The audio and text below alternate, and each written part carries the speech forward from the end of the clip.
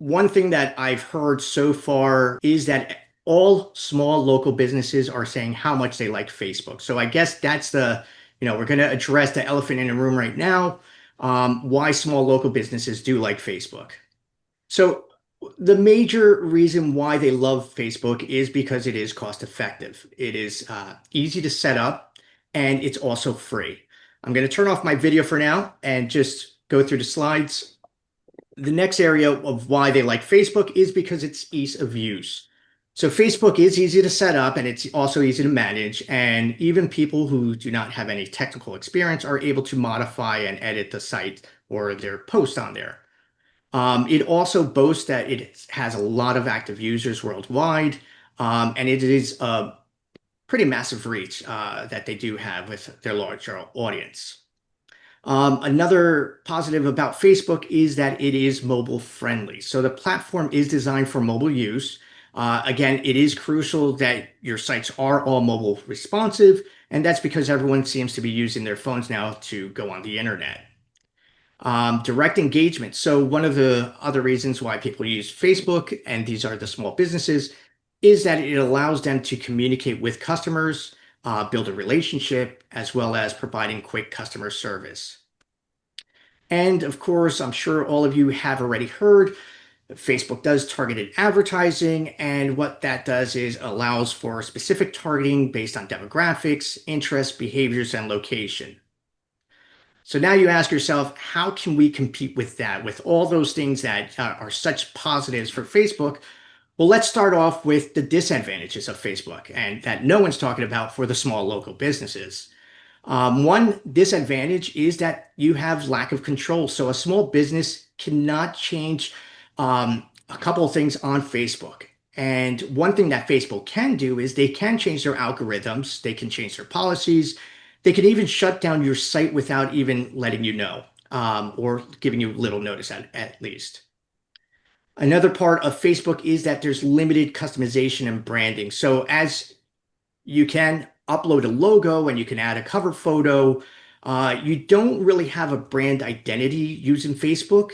And that's one of the negative parts of Facebook. It's unlike a website where it does give you complete creative freedom, where you can design it or make it look somewhat of what your location, your services, or your products is. Also, declining organic reach. So you may have thousands of followers on your Facebook page, but it doesn't necessarily mean that they're all going to see your posts. So Facebook's algorithm actually is now increasing more the priority of family and friends over business pages. So the reason for that is obviously they know that a business is a business, so they're willing to pay for advertising. And that's one of the reasons why they don't show your ads or they don't show your posts so high up there versus family and friends.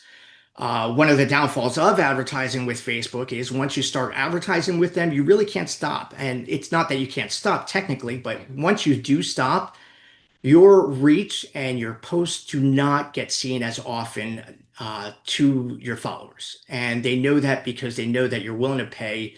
And so they start changing the algorithm to start working that way. Again, so your posts do not are not seen as often. So for example, if your post before advertising was 100 people saw it or you had a lot of comments, after you advertise and you stop advertising, you may see maybe 10 people saw your post.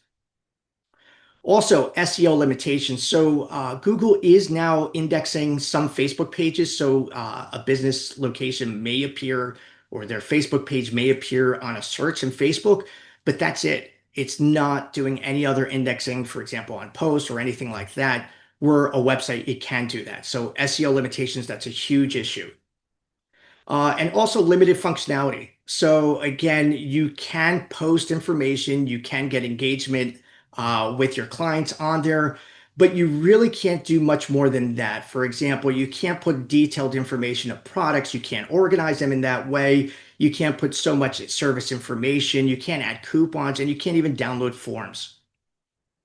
So another thing is if a business does have Facebook, why do they need a website? So here are some answers that I have in regards to that. And I think the major response is you have to let them know that credibility is the biggest reason why they need a website. A professional website establishes credibility and trust with potential customers. And not having a business website, it appears less reputable in this digital era. So here's some stats in regards to searching. Um, 76% of consumers will search for a company's website before visiting their physical location. So again, it is important that they have not a Facebook page, but a website in addition to their Facebook page. Also, 45% among these consumers visit in person if the business has a strong online presence. And 86%, this is the good news, is 86% of small businesses without a website plan to build one in the next few years.